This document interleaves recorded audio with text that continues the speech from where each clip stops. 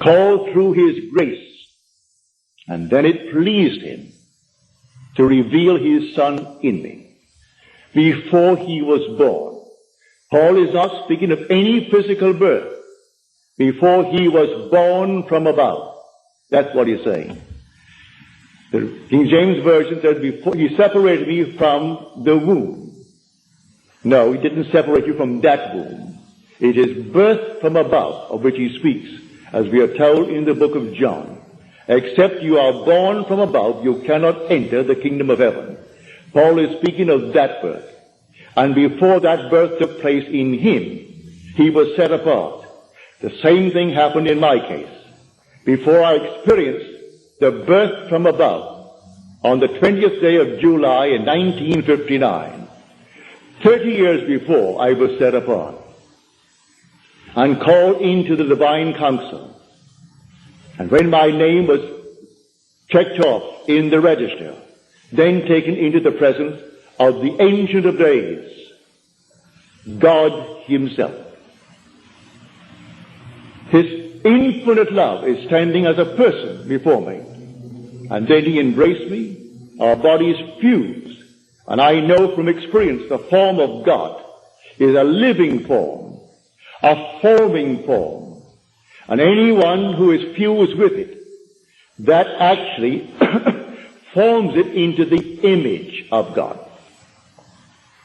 It's the only way that Christ could recognize you as his Father. You have actually to be formed into that being.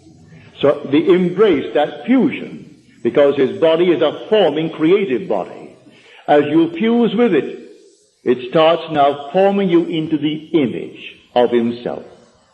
Then comes that one that is born from above.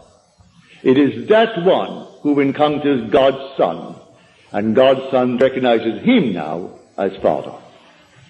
So though God and man are permanently made one, man will not know it save through the person Christ.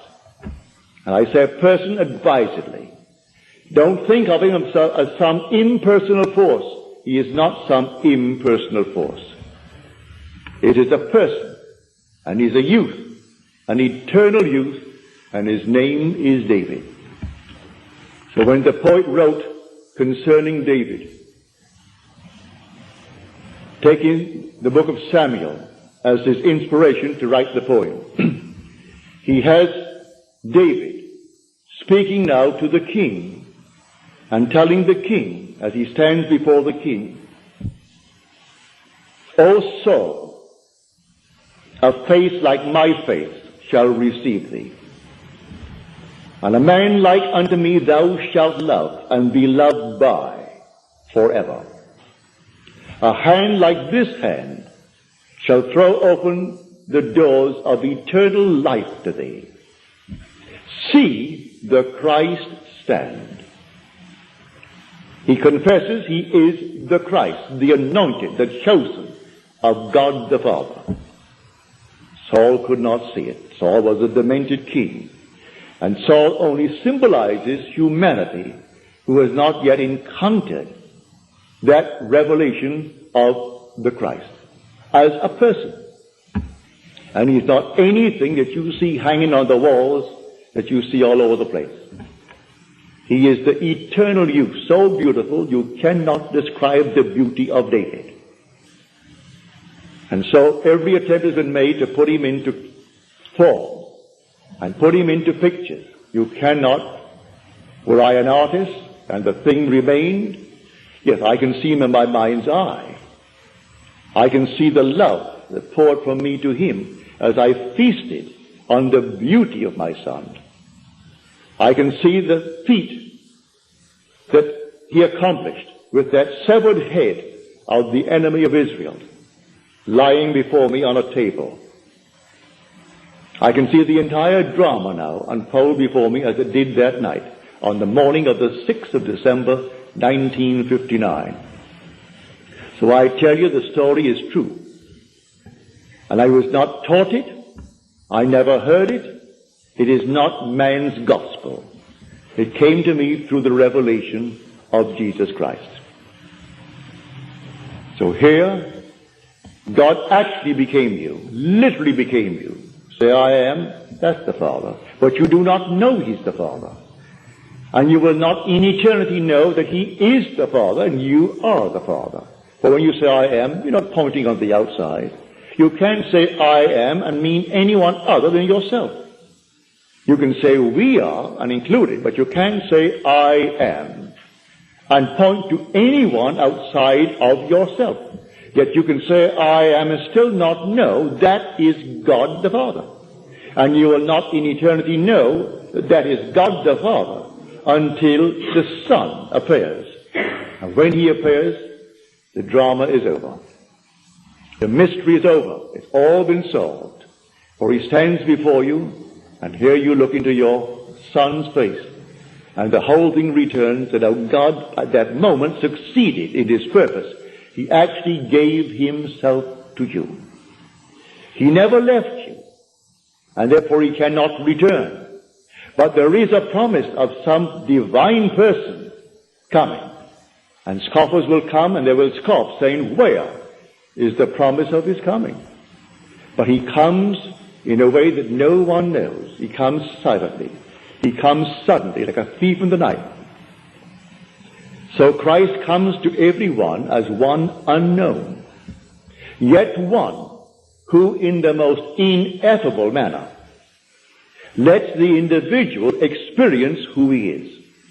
So when He comes to you, you will experience not only who Christ is, I tell you He's David, but you'll experience who you are, and I tell you who you are. You are God the Father. You are literally God the Father, waiting for the coming of the promise. And when the promise comes, it's the Son coming to reveal you, for He sets the Father free. And if the Son has made you free, you are free indeed. But no other one can set you free. Today man thinks, if I only had a fortune, I would be free from the pressure. Did you read yesterday morning's paper? Well, here is a man, 47 years old, a personal fortune in excess of $5 billion, not million, $5 billion. Now, he blew his brains out. And they're saying he was under pressure, bringing about a huge merger of many banks in Sweden. And the pressure was so great that he couldn't stand the strain, and so he blew his brains out. $5 billion did not stop him from that act. And he had to do it. He came in on cue, and he departs on cue. That was his moment in time when he leaves the stage into another sphere. With $5 billion, all he could think of would be more billions. How many more billions do you want in the world? He had $5 billion. Personal fortune. And others will think, but if I only had some money, I would be set free. You're only set free when the Son sets you free. You can drop dead here now, as he did yesterday with a bullet in his head, and he is no more free than he was one moment before he pulled the trigger.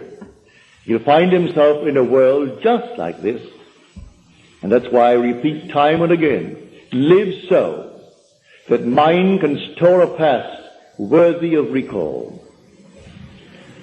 For the mind whose contents vanish, it remains, but he suffers loss. He will be saved, but only as through fire. So we are passing through the furnaces, and we are moving from one state to the other, thinking, now, if I only had more of this, more recognition, more of that. It doesn't work that way. I feel your presence here, and your constant presence here, assures me that you have fulfilled that passage in the book of Amos, in the 8th chapter. I will send a famine upon the land. It will not be a hunger for bread or a thirst for water, but for the hearing of the Word of God. When a man is so hungry for the Word of God that not a thing in this world can satisfy that hunger, but an experience of God, he's on the road.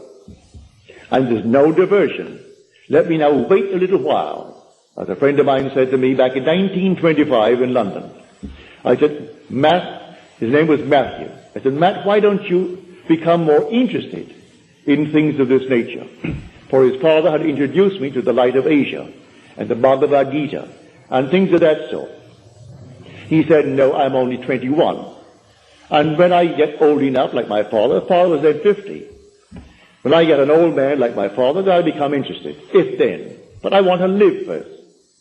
Well, I came back to New York City, and he went off to India as a tea taster. A letter came from his mother about 6 months later, after he went to India, saying that Matt died. He caught some kind of a fever, and then in no time flat, Matt was gone. No, tomorrow, and tomorrow, and tomorrow. He wasn't hungry.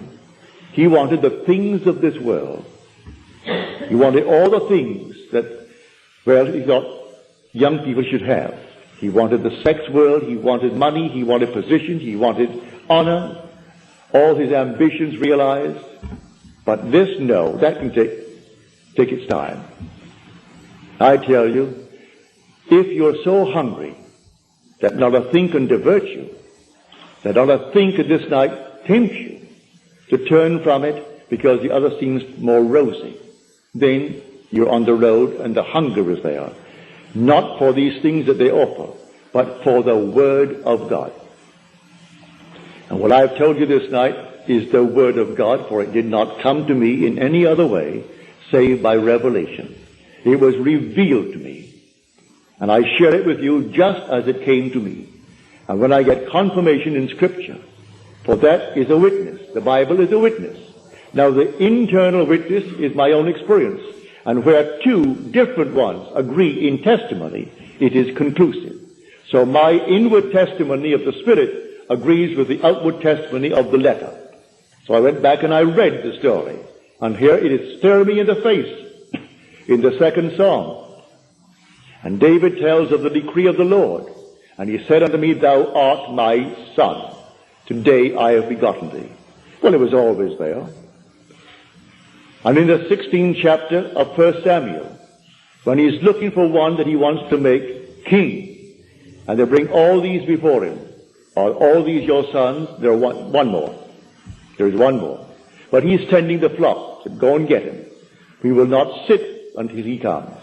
And as he comes in, the voice speaks to Samuel the prophet. This is he. Rise and